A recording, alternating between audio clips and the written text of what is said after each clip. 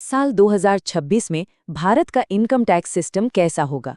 अगर ये सवाल कभी भी ऑनलाइन खोजा है तो यकीनन वीडियोस और आर्टिकल्स का एक सैलाब सा आ गया होगा और सबके सब अलग अलग बातें कह रहे होंगे। तो आज हम इसी ऑनलाइन शोर के बीच से काम की बात निकालने की कोशिश करेंगे। कोई वीडियो कहता है कि टैक्स जीरो होने वाला है, तो कोई दूसरा कहता है कि नियम और भी सख्त हो जाएंगे। अब इतनी सारी जानकारी देखकर सिर्फ कंफ्यूजन ही नहीं होता, बल्कि कई बार गलत फाइनेंशियल फैसले लेने का रिस्क भी बढ़ जाता है। तो सवाल ये उठता है कि इस सारे शोर शराबे के बीच अटकलों को असली ऑफिशियल फैक्ट से अलग करें तो करें कैसे? इस पूरी बातचीत में हम ऑनलाइन किए जा रहे बड़े बड़े दावों को एक एक करके देखेंगे और ये समझने की कोशिश करेंगे कि असल में चल क्या रहा है। तो चलिए सबसे पहले ये समझते हैं कि आखिर ये 2026 की टैक्स चर्चा है क्या।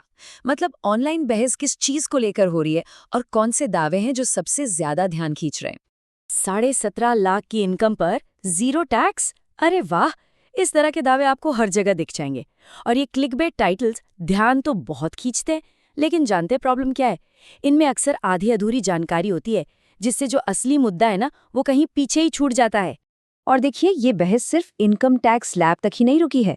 आईटीआर फॉर्म्स, शेयर बाजार के नियम, यहाँ तक कि यूपीआई पेमेंट्स, इन सबको 2026 के नए टैक्स नियमों के एक बड़े से अम्ब्रेला के नीचे खींच लिया गया है। और इससे कंफ्यूजन जाहिर है और भी बढ़ जाता है। तो फिर इन सारे दावों को समझा कैसे जाए?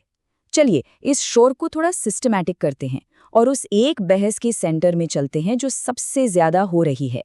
आप जितने भी वीडियोस या आर्टिकल्स देखेंगे, उनमें बस एक टॉपिक ऐसा है जो हर जगह छाया हुआ है, और वो है ओल्ड टैक्स रिजीम बनाम न्यू टैक्स रिजीम।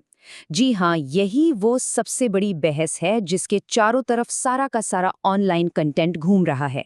और सवाल सबका एक ही है, फायदा किसमें है? देखिए, दोनों की फिलॉसफी ही एकदम अलग है। पुरानी व्यवस्था कहती है आप डिडक्शंस और एग्जेम्पशंस क्लेम कीजिए, जैसे एचआरए, एटीसी वगैरह, और अपनी टैक्सेबल इनकम कम कर लीजिए। वहीं नई व्यवस्था का फंडा थोड़ा अलग है। वो कहती है ये सब झंझट छोड़िए, हम आपको कम टैक्स रेट्स दे रहे हैं, लेकिन ज्यादातर डिडक्शंस आपको नहीं मिलेंगे। एकदम सिंपल। तब सबसे बड़ा सवाल, पैसे ज्यादा किस में बचेंगे? ऑनलाइन दुनिया तो इसी सवाल का जवाब देने का दावा करती है ना? पर सच बताएं, इसका कोई एक सीधा साधा जवाब है ही नहीं। ये पूरी तरह से किसी की इनकम, उसके इन्वेस्टमेंट्स और खर्चों पर डिपेंड करता है। तो ऑनलाइन जो चर्चा चल रही है वो मोटे तौर पर कुछ पॉइंट्स के इर्द गिर्द है। पहला कि भाई नई रिजीम सिंपल है, सीधी साधी है। दूसरा, पुरानी रिजीम उन लोगों के लिए बेहतर है जो डिडक्शंस का पूरा पूरा फायदा उठा सकते हैं। और हाँ, एक बहुत बड़ी अटकल ये भी है कि क्या सरकार पुरानी रिजीम को बंद ही कर देगी? लेकिन ठहरिए, कहानी सिर्फ टैक्स स्लैब्स पर खत्म नहीं होती। इस पूरी चर्चा में कई और फाइनेंशियल नियमों को भी खींच लिया गया है, जिससे मामला और भी उलझ जाता है। अब देखिए कैसे सब कुछ मिक्स हो रहा है।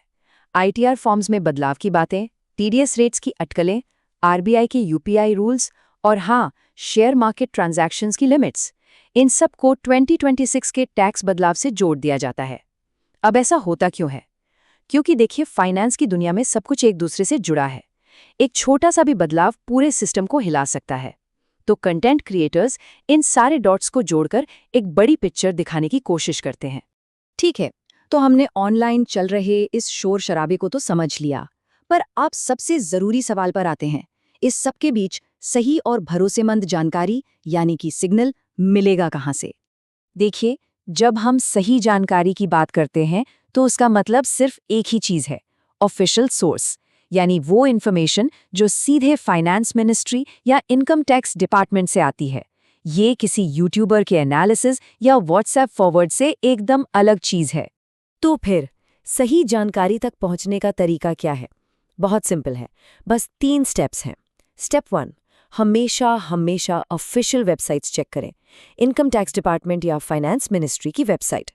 स्टेप 2, किसी भी बड़े टैक्स बदलाव के लिए यूनियन बजट का इंतजार करें, सारी बड़ी घोषणाएं वहीं होती हैं।